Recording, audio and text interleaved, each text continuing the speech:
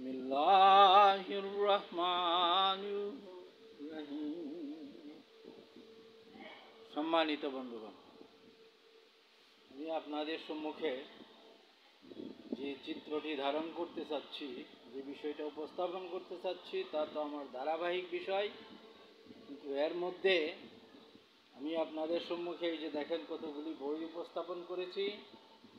এগুলি আমার লেখা গ্রন্থ অধিকার, জ্ঞান সিম সার্ভার এবং পরিবর্তন। এই গ্রন্থগুলি এবং এই যে দেখেন একটি গাড়ি, যেটা মোটরসাইকেল, কিন্তু সাধারণ মোটরসাইকেলের সাথে একটু ব্যতিক্রম, আমার নিজস্ব তৈরি করা। অর্থাৎ সম্মুখে সম্পূর্ণ মোটরসাইকেলের চাকা আর পিছনে দুইটি চাকা ব্যবহার করা হয়েছে। সেই চাকা দুইটি হলো অটুর চাকা। আর এই যে দেখো বডিটার মধ্যে যে স্ক্রিন প্রিন্ট করা হয়েছে, প্রিন্টগুলি আপনারা পড়তে পারবেন, দেখতে পাচ্ছেন। এখানে লেখা আছে সামাজিক নিরাপত্তা ও শান্তির জন্য প্রয়োজন ন্যায় বিচার, আর ন্যায় বিচারের জন্য চাই পারিবারিক সমাজ ব্যবস্থা। এই গাড়ির এই পাশে লেখা, ওই পাশে এরকম লেখা আছে। তারপরে যে সম্মুখের দিকে দেখেন লেখা আছে লা ইলাহা ইল্লাল্লাহ, আরবিতে মুহাম্মাদুর রাসূলুল্লাহ সাল্লাল্লাহু আলাইহি ওয়াসাল্লাম, এই যে কলেমা। আর তার নিচেই সাথেই লেখা আছে আসুন আমরা ধৈর্য, বিনয় ও সাহসিকতার সাথে জাতীয় সংকট থেকে মুক্তির লক্ষ্যে আল্লাহর গড়কে কেন্দ্র করে নির্বাচনের মাধ্যমে সামাজিক পারিবারিক কাঠামো সৃষ্টি করি। মসজিদ কেন্দ্রিক প্রতিটি পারিবারিক পাড়া মহল্লাতে সকল ভোটারগণ একত্রিত হয়ে প্রকাশ্য নির্বাচনের মাধ্যমে নির্দলীয় জনতার মধ্য থেকে হতে হবে পাড়া মহল্লা পরিচালনা পরিষদ। নির্বাচিত পরিষদের তত্ত্বাবধানে পাড়াবাসীর সকল প্রকার চাহিদা ও সমস্যার প্রতিকার করা হবে। বন্ধুগণ, দেখতেই পাচ্ছেন, বুঝতে পারতেছেন আমি কি বুঝাইতে চাচ্ছি। আর এর নিচের দিকে লেখা আছে দেখেন, এই যে পরিচালনা পরিষদ, অর্থাৎ একটা নির্বাচনের মাধ্যমে এই পরিচালনা পরিষদ তৈরি হবে। হ্যাঁ, নির্বাচনের মাধ্যমে এই যে পরিচালনা পরিষদ তৈরি হবে।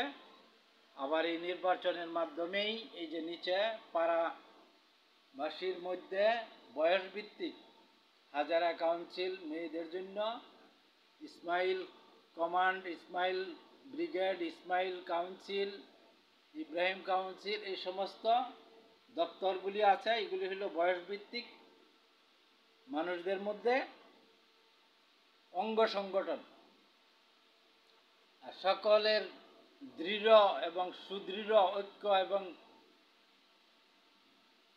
শপথ থাকবে একটাই, সেটা হলো আমরা আমাদের সকল সমস্যার, অর্থাৎ আমাদের পাড়া মহল্লাবাসীর সকল ধরনের প্রয়োজন সমূহ সমাধান করব, সবাই সম্মিলিতভাবে পরস্পরের সহযোগিতার মাধ্যমে।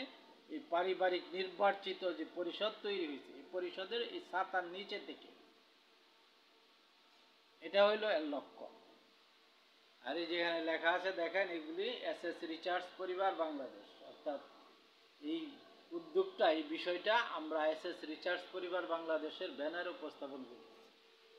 তারপরে দেখেন এখানে লেখা আছে মসজিদ কেন্দ্রিক পারিবারিক ব্যবস্থা দিয়ে কৃষক, শ্রমিক, মেহনতি সর্বস্তরের জনতা দেশ পরিচালনা করবে। কিভাবে সম্ভব জানতে আলোচনায় অংশ নিন। ঘরে বসেই শুনতে ও দেখতে পাচ্ছেন। ওই যে এসএস আমাদের যে ইউটিউবের চ্যানেল যে আছে, এই চ্যানেলের মধ্যে এই বক্তব্যগুলি পাচ্ছেন। এখানে বসে বসে দেখতে পারবেন। youtube.com/ss আমিন এই চ্যানেলে এই বক্তব্যগুলি পাচ্ছেন। ঠিক আছে বন্ধুগণ, আমি আপনাদেরকে এই পরিচিতিটা দিলাম। এই যে দেখেন এখানে এই মোটরসাইকেলের এই উপরে একটি বক্স বসানো আছে, রাউন্ড বক্স। এর মূল বিষয়বস্তু হচ্ছে যে এর মধ্যে আমরা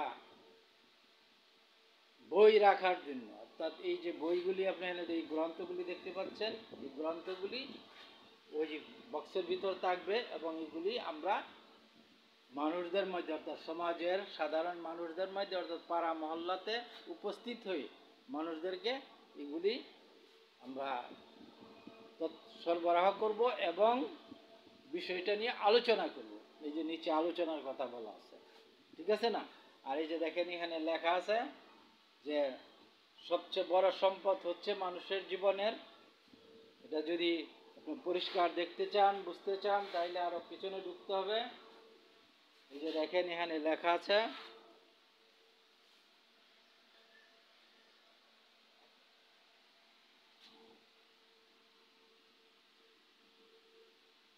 সর্বাধিক বড় সম্পদ, মানুষের জীবনের সর্বাধিক বড় সম্পদ হচ্ছে জ্ঞান। আর একমাত্র এই জ্ঞানের একমাত্র উৎস হচ্ছে মহান স্রষ্টা।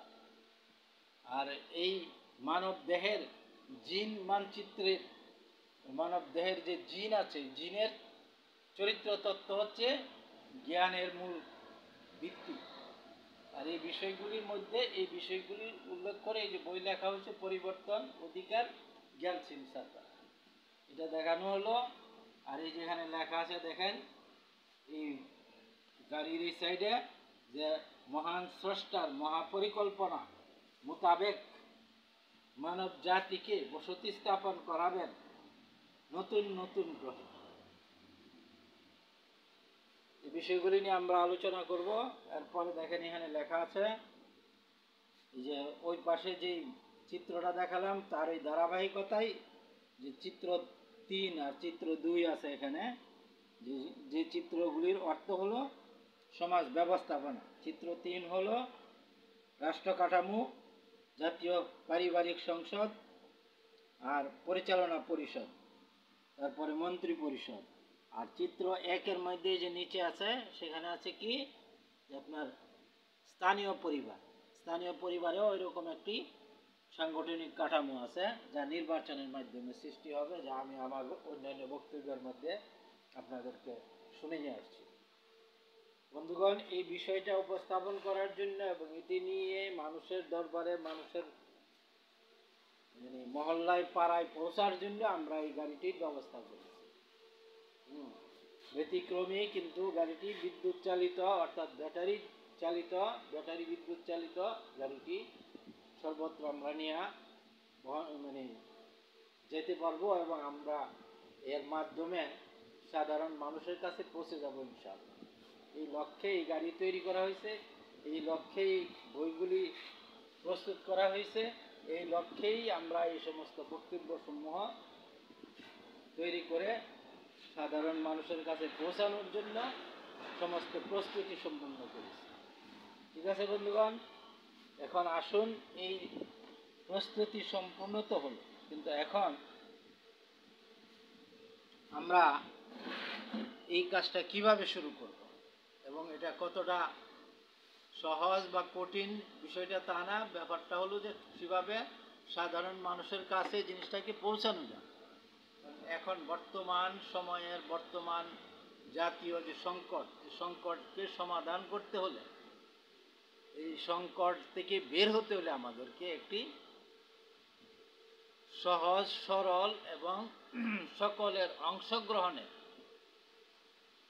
জাতির সর্বস্তরের মানুষের অংশগ্রহণের একটি প্রচেষ্টা দরকার। আর এই প্রচেষ্টার মূল ভিত্তি হতে হবে একটি নির্বাচন, অর্থাৎ নির্বাচনের মাধ্যমে, জনপ্রতিনিধির মাধ্যমে জাতি পরিচালিত হবে। আর জাতির এই পরিচালনা কৌশল আমি লিখেছি এখানে দেখেন, যে ওইখানে শুনে আসলাম যে পরিচালনা করবে সাধারণ জনগণ, কৃষক, শ্রমিক, সাধারণ জনতা এটা পরিচালনা করবে। কীভাবে এটা সম্ভব এই বিষয়ে আলোচনায় অংশ নেওয়ার জন্য আমি আহ্বান জানিয়েছি এবং এই বিষয়টা সর্বসাধারণের কাছে পৌঁছানোর জন্য মসজিদ কেন্দ্রিক পাড়া মহল্লাগুলিতে আমরা সফর শুরু করব খুব দ্রুতই, খুব নিকটতম সময় ইনশাআল্লাহ।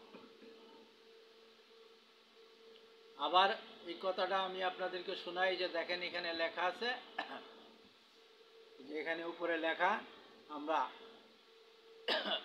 আসুন আমরা ধৈর্য, বিনয় ও সাহসিকতার সাথে জাতীয় সংকট থেকে মুক্তির লক্ষ্যে আল্লাহর গড়কে কেন্দ্র করে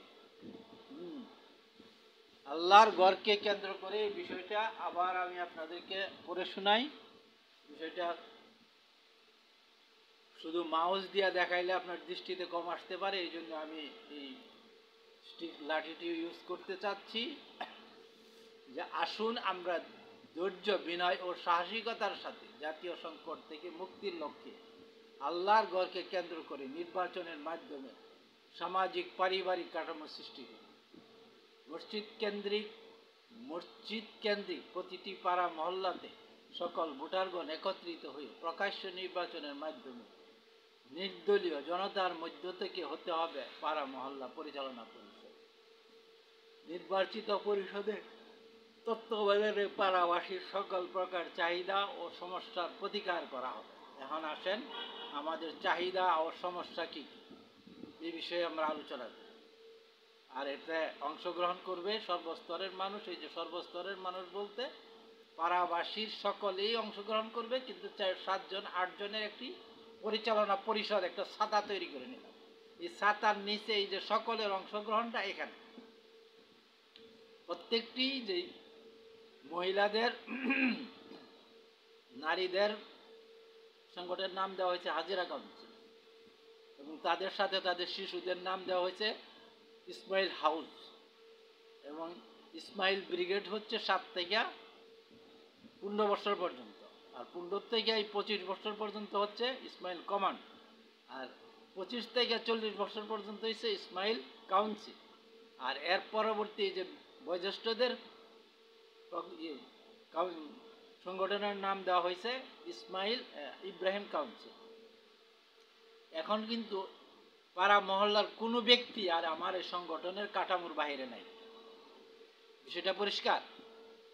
অর্থাৎ আমি এই অঙ্গ সংগঠনগুলি তৈরি করে এই যে উপরে ছাতা যেটা সৃষ্টি করলাম, এই যে 8 জনের যে পাড়া মহল্লা পরিচালনা পরিষদ, পাড়া পরিবার প্রধান, নিরাপত্তা, পরিবেশ, খাদ্য, বস্ত্র, বাসস্থান, শিক্ষা, চিকিৎসা, এই যে আমরা 7টা 8টা দপ্তর তৈরি করলাম।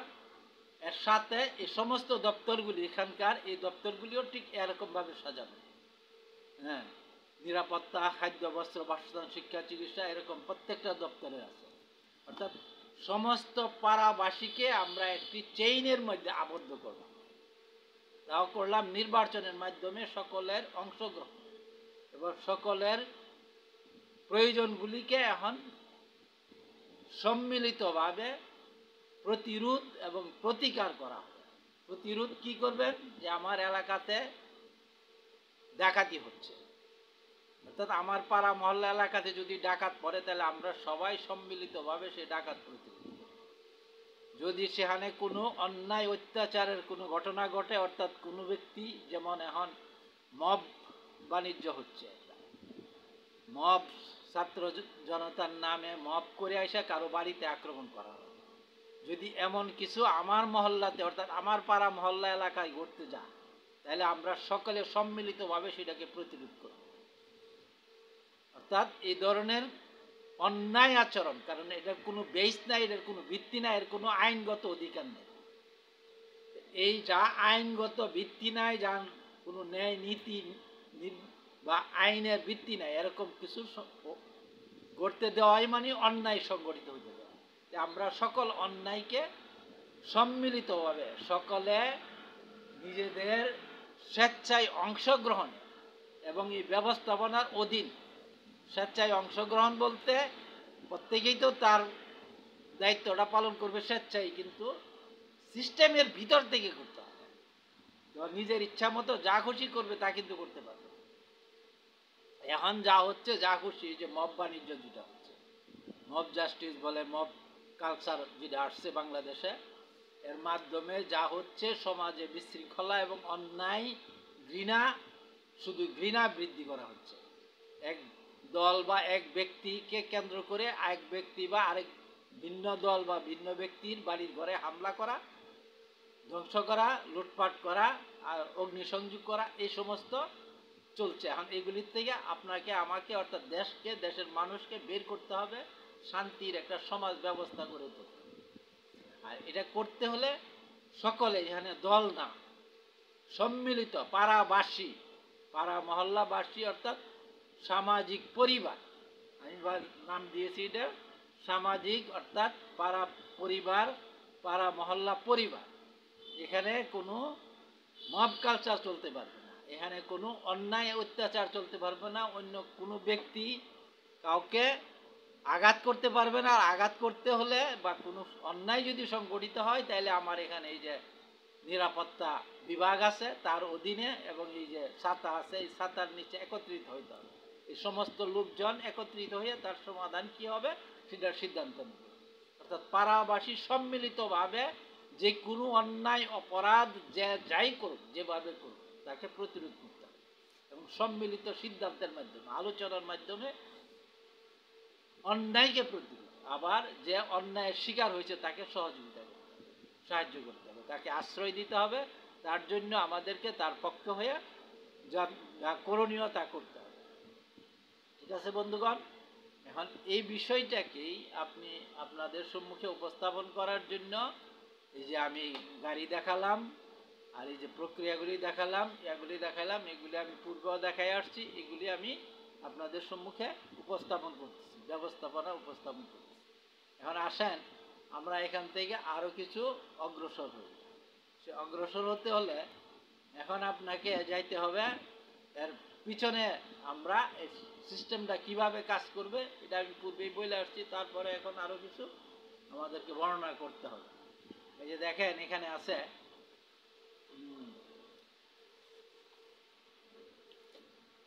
আমাদের কাজের সুবিধার্থে আমরা সকল প্রকার সহযোগিতা করতে হবে প্রশাসনিক কাঠামোর মাধ্যমে। এখানে অন্য কোনো কাঠামো বা অন্য কোনো ব্যক্তিগত ইচ্ছা অনিচ্ছা দিয়ে কাজ হবে। এই যে এখানে আছে আমরা ওই যে 2 নম্বর চিত্র 2, এখানে আমরা কি করেছি, স্থানীয় পরিবার অর্থাৎ পাড়া মহল্লা পরিবার থেকে, এই যে প্রত্যেকটা পাড়া মহল্লা পরিবার থেকে একত্রিত হইয়া ভোটারগণ আইসা ওখানে নির্বাচনের মাধ্যমে যারা প্রতিনিধি হয়ে আসবেন তারা একত্রিত হয়ে এখানে একটি স্থানীয় পরিবার, এটা আমি পূর্বে বলে আসছি, ওই পরিবারের মাধ্যমে এখানে আমরা একত্রিত হয়ে আমরা এখানে আরেকটা নির্বাচন করে একটা নির্বাচিত ব্যবস্থাপনা কায়েম করে নেব, যেটা থানা বা স্থানীয় পরিবার বলে পরিচিত হয়। ঠিক এরকমভাবে থানা বা স্থানীয় পরিবার থেকে একজন করে এমপি নির্বাচিত করে নিব, যে আমি পূর্বে বলে আসছি ওই নির্বাচিত এমপি হবে এখানকার জাতীয় সংসদের একজন সংসদ সদস্য।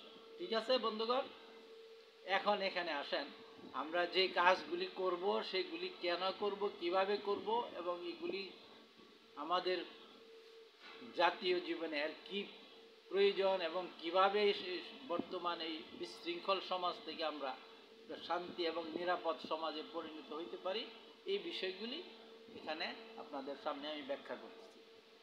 এই যে জাতীয় সংসদ, এখানে কি হয়, এখানে সকল প্রকার বিষয় আমরা যেখানে যত সমস্যা, রাষ্ট্র পরিচালনার যত কর্মকাঠামো, যত সিদ্ধান্ত, আইন কানুন, নীতিমালা সমস্ত কিছু প্রণীত হয় কোথায়, এই জাতীয় সংসদ। এখন আমরা ওই প্রত্যেকটা পাড়া মহল্লাতে নির্বাচন করে এই যে স্থানীয় পরিবার করলাম, স্থানীয় পরিবার থেকে এমপি নির্বাচন করে এখানে জাতীয় সংসদ সদস্য নির্বাচন করে গেল। হ্যাঁ, সংসদ সদস্যগণ এখানে বসে এখানে জাতীয় যত প্রস্তাবনা, যত সংকট আছে, যত প্রয়োজন সমূহ আছে, যে কৃষি ক্ষেত্রে কি কি চাহিদা, কি কি করতে হবে, বৈদেশিক নীতিমালা কি হচ্ছে, কিভাবে হবে, কার সাথে কি সম্পর্ক হবে, কিভাবে চলবে, এবং এই মব বাণিজ্য বা এই যে মব কালচার, এগুলি প্রতিরোধ করার জন্য কি ধরনের আইন কানুন এবং এদের ন্যায় বিচারের জন্য কি কি করতে হবে, এই সমস্ত কিছু তথ্য প্রস্তাবনা আসবে পাড়া মহল্লা থেকে জাতীয় অর্থাৎ স্থানীয় পরিবার হয়ে এখানে, এবং এখানে এসে সেটা আইনে এবং বিধিবিধানে রূপান্তরিত হবে। আর সেই বিধিবিধানগুলি তখন প্রয়োগ করবে এই যে স্থানীয় পরিবার, মানে স্থানীয় পরিবার এবং টানা পাড়া মহল্লা পরিবারেরই ব্যবস্থাপনা করা। অর্থাৎ আমার এখানে কি কি সংকট, এটার সমাধান কি হবে, এখান থেকে প্রস্তাব যাবে যে আমরা এই আইন চাই, এই প্রস্তাবটা এখানে যাবে, জাতীয় সংসদ যাবে এই যে স্থানীয় পরিবার হয়ে এমপির মাধ্যমে। এখানে যাওয়ার পরে এখানে আইন প্রণীত হবে, আইন পাস হয়ে যাবে, ওই আইন প্রয়োগ হবে এখানে। অর্থাৎ যে মব কালচার করে একজনের বাড়ি দখল করেছে অথবা একজনের বাড়ি লুটপাট করেছে তাদের বিচার করতে হবে, সেই বিচারের কর্মকাঠামো কী হবে এটা এখানে প্রয়োগ হবে। আচ্ছা, এরপরে আরও আসেন, বিষয়টা আমি একটি বিষয় উল্লেখ করলাম। আমরা এখন যে বিশ্ববিদ্যালয় বা যে কোনো প্রতিষ্ঠানে বিভিন্ন বিদ্যালয়ে এই পাড়া মহল্লার থেকে সন্তানগুলি কিশোর যুবকরাই যায় সেখানে শিক্ষা গ্রহণ করতেছে। সেখানে তাদের বিভিন্ন দাবি দাবা আছে, তাদের বিভিন্ন দল বিভক্তিও আছে। বিভক্তি আমাদের থাকবে না, কারণ আমরা নির্বাচনের মাধ্যমে নির্দলীয় সরকার কায়েম করব, নির্দলীয় রাষ্ট্র কাঠামো কায়েম করব। কাজে এখানে বিভক্তির বিষয়টা ওর মাধ্যমে শেষ হয়ে যাবে। এখন সমস্যা কি সেটাকে কেন্দ্র করে এখানে যে বিচারের অর্থাৎ সংসদ যে সিদ্ধান্তগুলি নিবে, যেভাবে সমাধানের কৌশলপত্র তৈরি করবে, আইন তৈরি করবে, সে অনুসারে এখানে প্রয়োগ হবে। এখন একজন ছাত্র, সে ঢাকা ইউনিভার্সিটির ছাত্র বা যে কোনো ইউনিভার্সিটির ছাত্র, কিন্তু তার দ্বারা কোনো অন্যায় সংগঠিত হয়েছে ওই ইউনিভার্সিটি এলাকাতে বা রাস্তায় যে কোনো জায়গায়, তখন আমাদের এই পারিবারিক ব্যবস্থার কৌশল হচ্ছে ওই ছাত্রর যেই পাড়া মহল্লার, এই যে পাড়া মহল্লা, কোনো একটা পাড়া মহল্লার সদস্য সে, এরকম একটা মসজিদ কেন্দ্রিক একটা পাড়া বা মহল্লার সদস্য সে, তাকে সেখানে তার বিচার হবে বা তার প্রতিকার হবে বা তাকে এই বিষয়ে গাইডলাইন দেওয়া হবে যে তুমি এই করতে পারবে, এই করতে পারবে না, বা তোমাকে এরকমভাবে চলতে হবে, তোমাকে এই ব্যবস্থাপনার অধীন এভাবে কাজ করতে হবে, তুমি যা খুশি করতে পারবে না, আর ওইখানে কোনো মব বাণিজ্য করা যাবে না, মব কালচার চালানো যাবে না, এগুলি সম্পূর্ণভাবে করতে হবে ন্যায় বিচারের ভিত্তিতে, এই ব্যবস্থাপনা কাঠামোর অধীন। অন্য কিছু সম্ভব না, করা যাবে না, এবং করলে দেশ বা জাতি এই বিশৃঙ্খলা থেকে বেরোতে পারবে। এই যে সিদ্ধান্তগুলি, এই সিদ্ধান্তগুলি হতে হবে, এখান থেকে প্রস্তাব যাবে ঠিকই, আমরা সাধারণ মানুষ প্রস্তাব তৈরি করিয়া আমাদের এমপি যিনি জাতীয় সংসদের সদস্য হবেন তার মাধ্যমে আমরা পাঠাবো। অর্থাৎ এই স্থানীয় পরিবার থেকে যে এমপি হবে তার মাধ্যমে পাঠাবো। এখানে এসে সেই এমপি সহ এগুলির ব্যাখ্যা আলোচনা করে যে সিদ্ধান্ত হবে, আইন যেভাবে প্রণীত হবে, সে আইনকে প্রয়োগ করা হবে এখানে এই পাড়া মহল্লা। তাইলে আমার ইউনিভার্সিটির যে ছাত্রটি যে অপরাধী করেছে ইউনিভার্সিটিতে অথবা রাস্তায় অথবা মব কালচার করতে যায় অথবা সে আক্রান্ত হয়েছে কারো দ্বারা, সে ক্ষতিগ্রস্ত হয়েছে, এখন তার ক্ষতিপূরণও দিতে হবে, ক্ষতিপূরণও এখানেই পাবে সে। আবার যদি সে অন্যায় করে থাকে তার শাস্তিও সে এখানেই পাবে, কারণ তার পরিবার, তার পিতামাতা, তার ভাই বোন এই পাড়া মহল্লার সদস্য, তারাই তাকে গাইড করবে যে তুমি এই করেছো, এটা তোমার অন্যায় হয়েছে, এটার শাস্তি এই, আর তুমি এই জায়গায় ক্ষতিগ্রস্ত হয়েছো, এর জন্য তোমার ক্ষতিপূরণ আমরা তোমাকে দিচ্ছি, এই ক্ষতিপূরণ রাষ্ট্রীয়ভাবে অথবা পাড়া মহল্লাবাসীর পক্ষ থেকে তোমার জন্য এই ক্ষতিপূরণের ব্যবস্থা করা হয়েছে। যা প্রয়োজন এবং সম্মিলিত সিদ্ধান্ত, আলোচনা এবং আইনের ভিত্তিতে তা করতে হবে। এই বিষয়টাই আমাদের আজকের অর্থাৎ জাতীয় সংকট, যে এখন যে সংকটের মধ্যে আমরা ঘুরপাক খাচ্ছি, যে সংকট আমাদেরকে ঘিরে ধরেছে, এই সংকট থেকে মুক্তি এবং এই সংকট থেকে আমরা বের হওয়ার জন্য, এই মব কালচার থেকে, এই অন্যায় অত্যাচার থেকে, যে বিশৃঙ্খল অবস্থার থেকে বের হওয়ার জন্য একটা জাতীয় নির্বাচনী পারিবারিক পরিষদ লাগবে এবং সেই পরিষদের মাধ্যমে আইন প্রণয়ন করে যেখানে যা পরিবর্তন দরকার, এই যে বিভিন্ন সংস্কার সব সংস্কার এখানে হবে, সংস্কার করবে এই জাতীয় সংসদের সদস্যরা। অন্য কোনো যারা নাকি সংস্কার করে সেই বিভিন্ন দাবি দাবা বা বিভিন্ন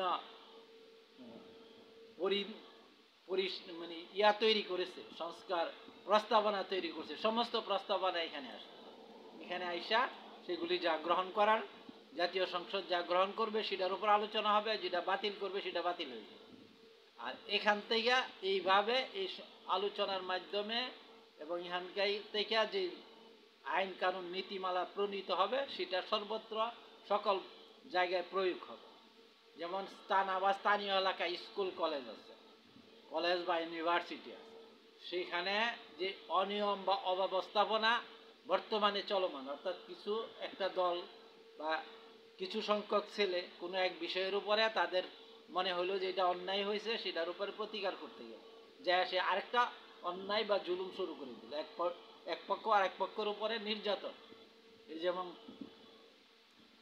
কলেজে মারামারি হচ্ছে, এই যে সিটি কলেজ এবং ঢাকা কলেজ, এই সমস্ত কিছু যা হচ্ছে এগুলির মাঠে প্রয়োগ যা হচ্ছে, এটার বিচার বা এটার শান্তিপূর্ণ সমাধান হবে পাড়া মহল্লা পরিবারগুলিতে, যেখানে ওই ছেলে মেয়েগুলি স্থায়ীভাবে বাস করে, তাদের পিতামাতা বাস করে, তাদের পিতামাতাই তাদের জন্য গ্যারান্টার হবে এবং তাদের নিরাপত্তা দিবে এবং তাদের ন্যায় বিচারের ব্যবস্থা করবে। তাদের যদি বিচার যে রায় হবে সেই বিচার তাদের উপর প্রয়োগ করবে, তাদের পিতামাতা, তাদের বন্ধুবান্ধব, তাদের আত্মীয় স্বজন, তারাই তার উপরে সে ন্যায় বিচার কার্যকর করবে।